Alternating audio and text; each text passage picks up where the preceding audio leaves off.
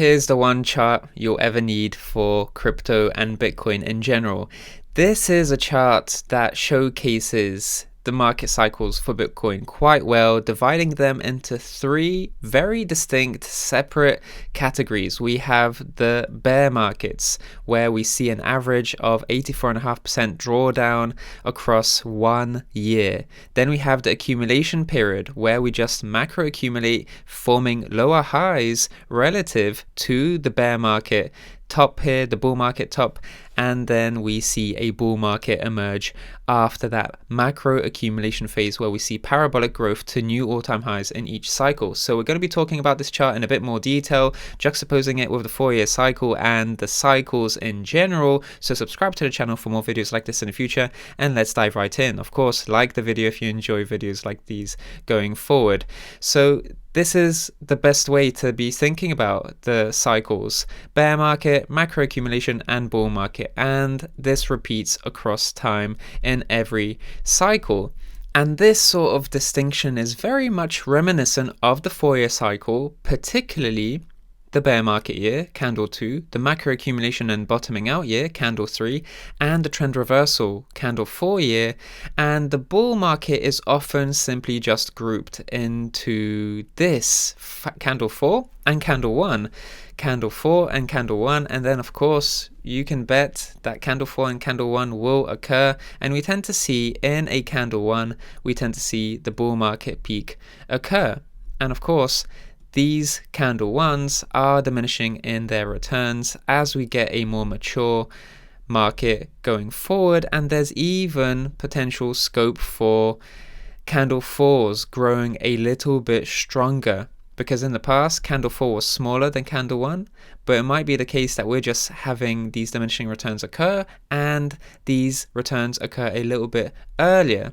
We'll see if that's the case even in this cycle, but generally speaking, this is a chart that distills things into 3 distinct phases, and those distinct phases are essentially bear market, macro accumulation, and bull market, with bull market essentially being grouped into one category, whereas they're actually 2 separate years. This is the halving year and this is the post-halving year.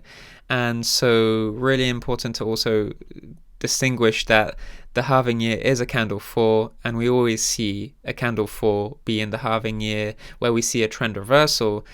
But the fact that these 2 bull market years are grouped together, we tend to see 500 days of upside after the halving. So really important to note here that it's not exactly 2 years, but it's 500 days, roughly speaking, after the halving, where we then see a bull market peak. So the bull market is spread across those 500 days. So it does look like it's spread over 2 years, but that's just something to bear in mind.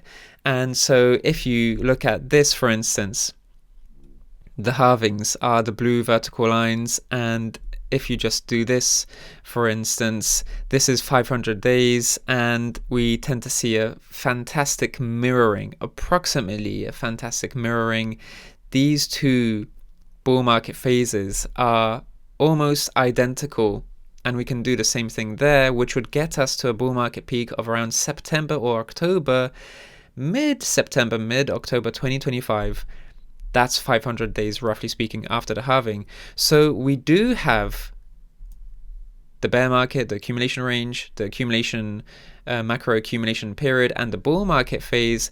But it's important to distill this into a bit more nuance, because understanding and breaking those periods down a bit more will help us in our investing.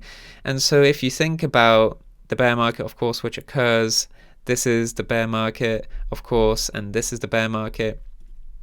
This is, of course, the macro accumulation range and macro accumulation period, same as 2015 and same as 2023. And then the bull market years occur after the halving in 2016, 2020, and 2024. But it's always worth looking at the pre-halving period. For instance, the pre-halving period is where in 2016, for instance, we were seeing reaccumulation. In the pre-halving period, we were seeing lots of upside and downside volatility. But whatever the pre-halving period might hold, we always see in the pre-halving rally, this light blue period, we rally to new yearly highs, or at least to new highs. In 2016, this was new yearly highs, but this occurred 2 months before the halving, and here as well, 2 months before the halving in 2020, where we, after a crash, reversed. So a pre-halving rally it tends to occur 2 months before the halving, but it's also a period where we see uptrending in Bitcoin's price action before we transition into a pre-halving retrace. As you can see here, pre-halving retrace tends to be 20% to 40% deep. This was a 40% retrace, and this was a 20% pre-halving retrace. And so after the pre-halving rally, a pre-halving retrace could occur. And that sort of pre-halving retrace transitions us into the post-halving resistance, which is a reaccumulation period. Post-halving resistance is a reaccumulation period after the pre-halving retrace.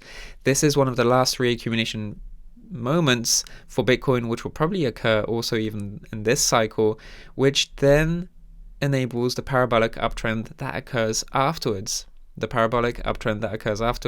And so on in this cycle as well. So this is essentially the map, the ultimate guide that you need for 2023, 2024, and even 2025 really. This is a chart that will really help you. This chart is probably one of the only charts you need in terms of trying to understand the markets, but also understanding the 4-year cycle is quite useful as well for price action, and also this one, just understanding it in more nuanced details. So going forward, based on this checklist, we have 150 days left at this point in time to the halving event. And so this period is generally a period where we see upside volatility, downside volatility. In 2016, this was upside and downside volatility within a 25% wide range, whereas here that was much more volatile, especially because of the Black Swan event that occurred in March 2020.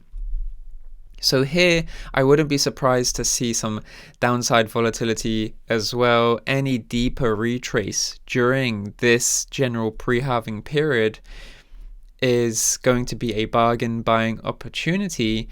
But not only that, it's also necessary because we need to see a deeper retrace of some sort for then price to enjoy a pre-halving rally 2 months before the halving, for a reversal to occur and for an uptrend to occur. And the best way for an uptrend to occur before the halving is for some sort of retracement and shedding of valuation going into that event, going into this pre-halving rally light blue phase here. We need to see an uptrend emerge from a downtrend and from a retracement.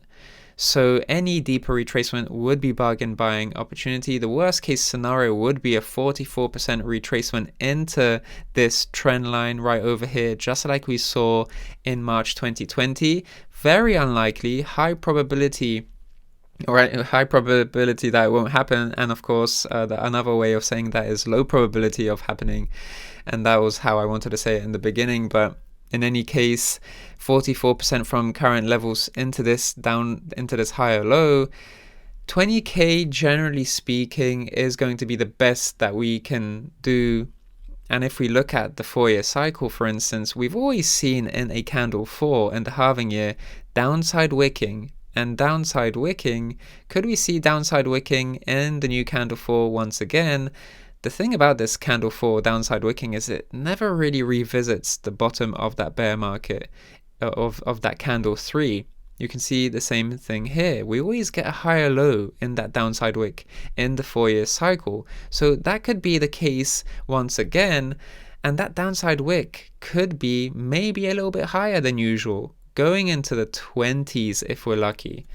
And that's why any deeper retracement in this orange period is going to be a fantastic buy-side opportunity, but also the reaccumulation period for reaccumulating, and also the pre-halving retrace for reaccumulation as well. So we have a few checkpoints going into the halving in preparation for this parabolic price action to new all-time highs. It's all about making the most of the pre-halving period for any deeper retracement of the pre-halving rally if you're looking for a trade, but pre-halving retrace to reaccumulate after that rally, and also to reaccumulate in the reaccumulation post-halving resistance, all to prepare for the post-halving parabola.